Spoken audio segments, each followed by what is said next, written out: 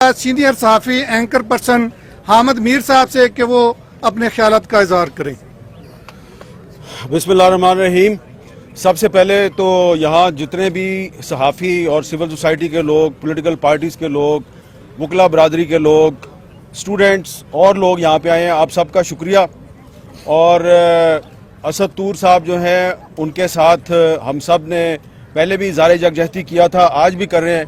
लेकिन यहाँ पर कुछ ऐसे चेहरे भी मुझे नज़र आ रहे हैं जो माजी में असद तूर की तरह तशद्दुद का निशाना बने, उन पर हमले किए गए।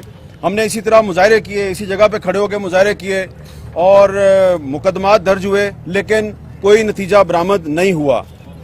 अब एक करेला ऊपर से नीम चढ़ा। अब हुआ ये है कि एक तरफ हमला किया गया है, हमले के बाद 3 दिन गुजरने के बावजूद पुलिस ने कोई कार्रवाई नहीं की, और दूसरी तरफ वज़ीर इत्तलात साहब जो हैं वो BBC को कह रहे हैं जनाब कि इस तरह के हमले तो होते रहते हैं। तो अब हमें जो है ना एक लाउड मैसेज देने की ज़रूरत है, और मैसेज देने से पहले मैं आपके सामने एक एतराफ़ करना चाहता हूँ। और वो एतराफ़ ये है कि मुझे कुछ अरसे से ये लग रहा है कि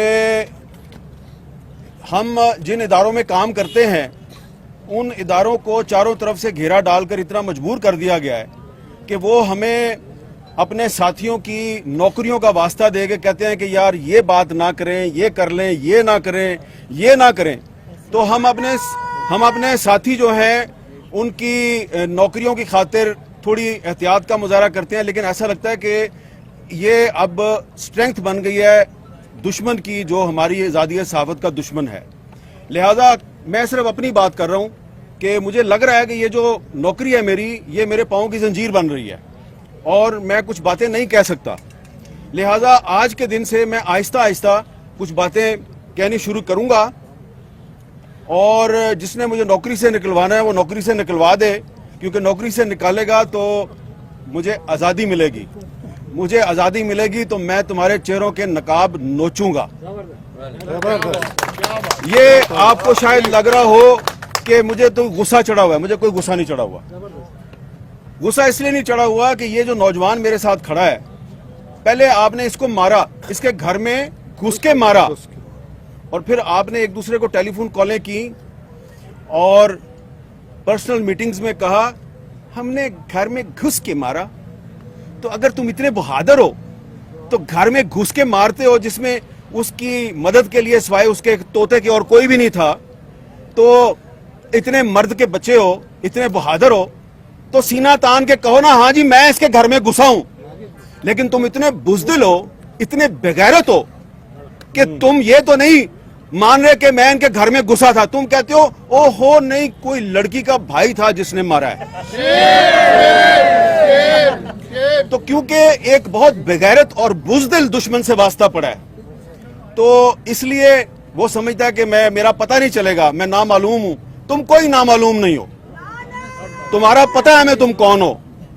ये जो तुमने एक असद तूर के बारे में प्रोपेगेंडा किया है कि जनाब लड़की का जो भाई था वो इसका भी भाई नहीं, लड़की के भाई का नहीं पता मुझे, लड़की की माँ का पता है, उसका नाम जनरल रानी है।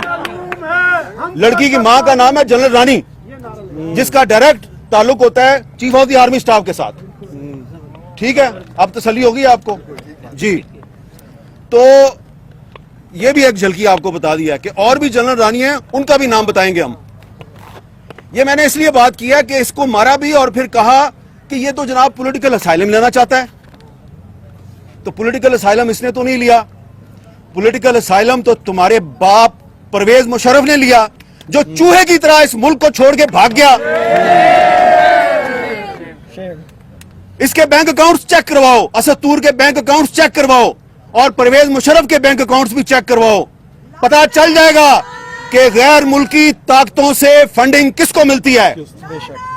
तुमने इससे नारा लगवाया इजराइल मुर्दाबाद, इसलिए कि तुम्हारी दाढ़ी में तिनका है, तुम चोर हो। तुम्हें पता है कि तुम हम लोगों के सामने बैठ के इसराइल के साथ सफारती ताल्लुकात की वकालत करते हो। जब तुम लोग पाकिस्तान के मीडिया को इजराइल के हक में एक नैरेटिव बनाने में नाकाम हो जाते हो। तुम देखते हो ये मीडिया तो हर वक्त इजराइल की मुखालफत ही करता रहता है, तुम्हें इस पे बड़ा गुस्सा आता है। तुम फिर कभी मतीउल्लाह जान को उठा लेते हो, कभी अबसार आलम को गोलियां मारते हो, कभी असद तूर को उठा के घर में घुस के मारते हो। फिर तुम्हारा एक और भी प्रॉब्लम है, तुम कहते हो जी हमारे टैंकों को जंग लग गया, हम लड़ नहीं सकते, इंडिया से दोस्ती कर लो। और मीडिया पे शिकवा होता है, मीडिया वालों हम इंडिया से दोस्ती करना चाहते हैं, तुम हमारे साथ ताउन नहीं करते, तो तुम मीडिया को फेंटी लगाते हो। तो मीडिया जो है ये इंडिया के साथ दोस्ती में हमारे नए नैरेटिव जो है उसकी मदद नहीं कर रहा। तो इजराइल के मामले पर और इंडिया के मामले पर ये मीडिया जो है ये उस नैरेटिव पे खड़ा है जो पाकिस्तान के अवाम का नैरेटिव है, जो कायदे-आज़म मोहम्मद अली जिन्ना का नैरेटिव है। हम उसी नैरेटिव पे खड़े रहेंगे। तुमने मादरे मिल्लत फातिमा जिन्ना को भी गद्दार कहा और आज तुम असद तूर को भी गद्दार कह रहे हो, तो लिहाजा ये भी गद्दार है तो मैं भी गद्दार हूं, यासमा शराजी भी गद्दार है, फौजिया शाहिद भी गद्दार है, मुनीज़ जहांगीर भी गद्दार है, तायरा अब्दुल्ला भी हम सारे गद्दार हैं, क्योंकि आपके बाप दादा अयूब खान ने फातिमा जिन्ना को गद्दार कहा था। तो जो मुनीज़ जहांगीर ने थोड़ी सी बात किया ना, मैंने उसको जरा थोड़ा आगे बढ़ा दिया है कि अब अगर आप हमारे घर में घुस के मारेंगे ना हमें, तो हम आपके घर में तो नहीं घुस सकते, आपके पास टैंकें और बंदूकें हैं, लेकिन हम आपके घर के अंदर की बातें आपको बताएंगे और ये भी बताएंगे कि किसकी बीवी ने किसको क्यों गोली मारी और उसके पीछे कौन जनरल रानी थी। समझ आ गई है ना मैं क्या कह रहा हूं? अब अगर आइंदा किसी सहाबी के घर में घुस के तुमने उस पर तशद्दुद किया, हम बताएंगे कि तुम्हें तुम्हारी बीवी ने गोली क्यों मारी। बस इतना ही बताना था। Thank you very much. बहुत आला मीर साहब, बहुत आला। अब मैं दरख्वास्त करूंगा सीनियर सहाफ़ी एंकर पर्सन आसमा शराजी साहिबा से कि वो आएँ और अपने ख्यालात का इज़हार